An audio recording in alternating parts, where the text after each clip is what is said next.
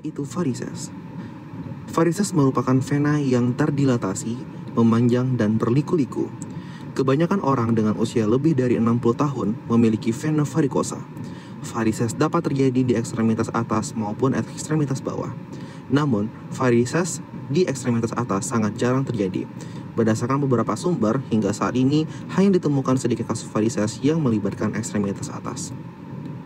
Apa penyebabnya? Pertama adalah tekanan vena yang meningkat pada ekstremitas. Selanjutnya, terdapat katup yang rusak atau tidak kompeten yang mengakibatkan reflux dan dengan demikian, tekanan vena yang meningkat pada ekstremitas. Faktor risiko varises. Pertama adalah faktor herediter.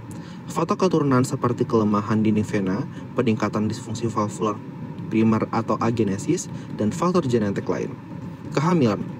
Sekitar 70 hingga 80% mengalami vena varikosa selama trimester pertama ketika uterus mulai sedikit membesar.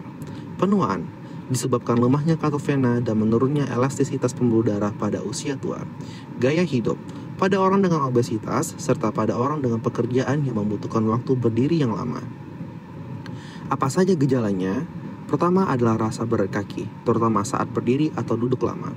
Selanjutnya, terasa nyeri pada kaki, gatal, kram terutama pada malam hari, dan rasa pegal di betis. Pemeriksaan penunjang. Pertama adalah venous duplex ultrasound imaging. Imaging pada vena hendaknya meliputi hal-hal berikut. Pertama, adanya obstruksi atau reflux pada vena dalam di ekstremitas bawah. Obstruksi vena savena magna, obstruksi pada vena savena parva, lokasi dan perluasan cabang vena varicose, dan lokasi vena perforator dan incompettent. Klasifikasi varises berdasarkan CAP, Clinical, Etiologic, Anatomic, and Pathophysiologic. Clinical terdiri dari C0 sampai C6.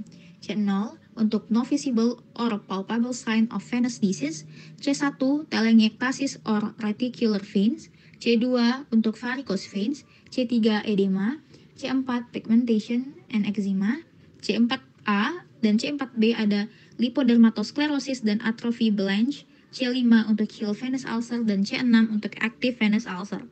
Etiologic terdiri dari congenital, primary, and secondary. Anatomic terdiri dari superficial veins, perforator veins, dan deep veins. Pathophysiologic terdiri dari reflux, obstruction, reflux and obstruction.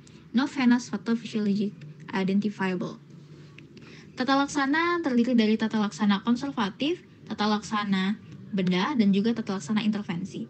Tata laksana konservatif terdiri dari pengendalian faktor risiko seperti obesitas, dan tata laksana lain seperti peresepan stocking kompresi elastik termasuk tekanan dan panjang stocking. Tekanan yang diresepkan dipilih berdasarkan tingkat keparahan klinis, 20-30 mm air raksa untuk CAP kelas 2-3, 30-40 mm air raksa untuk CAP kelas 4-6, dan 40-50 mm air raksa untuk ulcus recurrent. Penggunaan stocking setinggi paha atau pinggang diperlukan pada pasien dengan edema di atas lutut. Pengukuran diameter ekstremitas juga diperlukan dalam peresepan. Tata laksana intervensi terdiri dari skleroterapi dan endovenous ablation.